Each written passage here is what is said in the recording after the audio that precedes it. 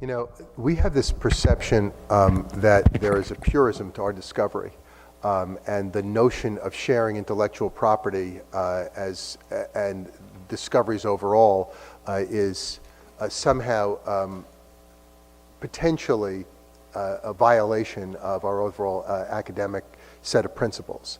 At the same time, we believe that our IP has universal, just unlimited value, and that unlimited value should be for us, and the notion of sharing it in any way with those who may have other sets of talents or the ability to invest might be foolhardy. So we've moved to having, I think, contracting ability that angers virtually everyone who sits down at the table with us in a variety of different ways. We've had more legal people working in research, ventures, and licensing than entrepreneurial people. And that's backwards. And it's a signal that we've given, despite having a huge amount of a commercial investment in the work that we do. We've really been shunning our own partners over time.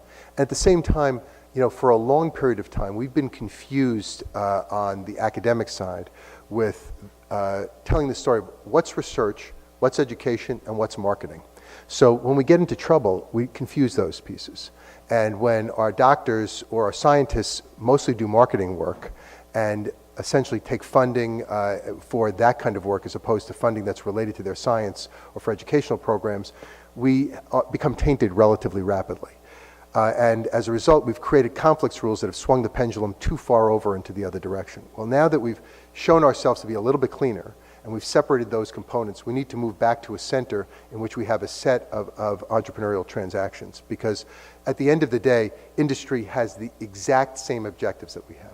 Those who are working in IT to be able to bring education more rapidly to young people and to be able to disseminate the knowledge that your professors are developing in your places have the same set of objectives that you have in nurturing those faculty and nurturing knowledge. The challenge is that everybody wants exclusivity over it, and the same thing relates to the cures for illnesses and the development of devices.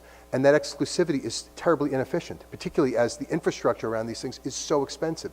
Building those IT platforms or building sequencing in order to put together genomics, proteomics, together with phenotypic data, or the data warehouses that we described. We need to share in those investments if there are going to be efficiencies and there's going to be real translation.